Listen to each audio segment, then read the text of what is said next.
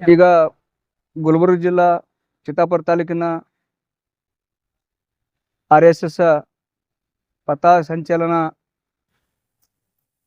ಹಮ್ಮಿಕೊಂಡಿದ್ದು ಈಗಾಗಲೇ ಸಾಕಷ್ಟು ಜಿಲ್ಲೆಯಲ್ಲಿ ಮತ್ತು ತಾಲೂಕಿನಲ್ಲಿ ಪಥ ಸಂಚಲನ ನಡೆದಿತ್ತು. ಈಗ ನಮ್ಮದೊಂದು ಬೇಡಿಕೆ, ಏನು ಬೇಡಿಕೆಪ್ಪ ಅಂತಂದ್ರೆ ಭೀಮ ಪಥ ಸಂಚಲನ ಆಗಬೇಕಂತ ತಕ್ಷಣ ಭೀಮ್ ಆರ್ಮಿ ಭಾರತ ಏಕತಾ ಮಿಷನ್ ವತಿಯಿಂದ ನಾವು ಮಾನ್ಯ ಜಿಲ್ಲಾಧಿಕಾರಿ ಮತ್ತು ತಾಲೂಕು ದಂಡಾಧಿಕಾರಿಗಳಿಗೆ ಮನವಿ ಸಲ್ಲಿಸಿದರೂ ಕೂಡ ಎರಡೂ ಸಂಘಟನೆಗಳು ಕೋರ್ಟ್ ಮುಖಾಂತರ ಅವರು ಕೊಟ್ಟಿದ್ದಾರೆ ದಾಖಲಾತಿಗಳು. ಮತ್ತು ಮೇಲಾಗಿ 100 ವರ್ಷ ಪಥ ಸಂಚಲನ ತೀಸಿನ RSS ದವರು ಹೇಳ್ತಾರೆ ಅದಕ್ಕೆ ತಾಯಿನೂ ಇಲ್ಲ ತಂದೆನೂ ಇಲ್ಲ, ಸಂಘ ಮೊದಲೇ ರಿಜಿಸ್ಟರ್ ಇಲ್ಲ. ಅದು 100 ವರ್ಷ ಹೆಂಗೆ ಇತ್ತು ಏನಿತ್ತು ಅದು ನಮಗೆ ತಿಳಿಸ್ಬೇಕಲ್ಲ. ಯಾಕಂತಂದ್ರೆ ನಮ್ಮ ಪ್ರತಿಯೊಂದು ಸಂಘಟನೆಗಳು ನಮ್ಮ ಸಂಘ ರಿಜಿಸ್ಟರ್ ಅದಾವ. ಈಗ ಭೀಮ್ ಆರ್ಮಿ ಭಾರತ ಏಕತಾ ಮಿಷನ್ ವತಿಯಿಂದ ನಾವು 2 ತಾರೀಕಿಗೆ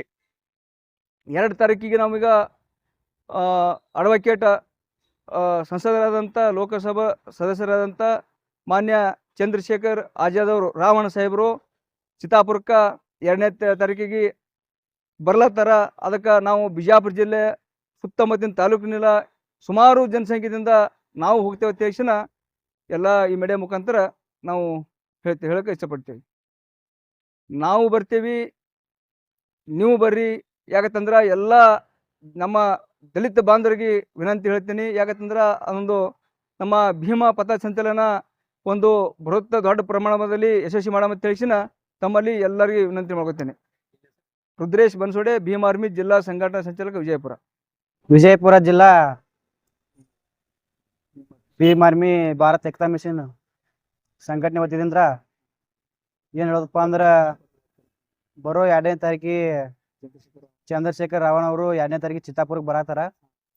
ಅದ ಸಲುವಾಗಿ ಎಲ್ಲ ಬಿಜಾಪುರದಲ್ಲಿರೋ ತಾಲೂಕದವರು ಹಿಂದುಳಿದ ವರ್ಗದವರು ಎಲ್ಲ ಅಲ್ಪಸಂಖ್ಯಾತರು ಕೂಡ ಬಂದು ಯಶಸ್ವಿಗೊಳಿಸ್ಬೇಕೆಂದು ತಮ್ಮಲ್ಲಿ ವಿನಂತಿ ಮಾಡ್ಬೋದು. ಸಂಪತ್ ಹೊಸಳ್ಳಿ, ಭೀಮ್ ಆರ್ಮಿ ಜಿಲ್ಲಾ ಉಪಾಧ್ಯಕ್ಷ.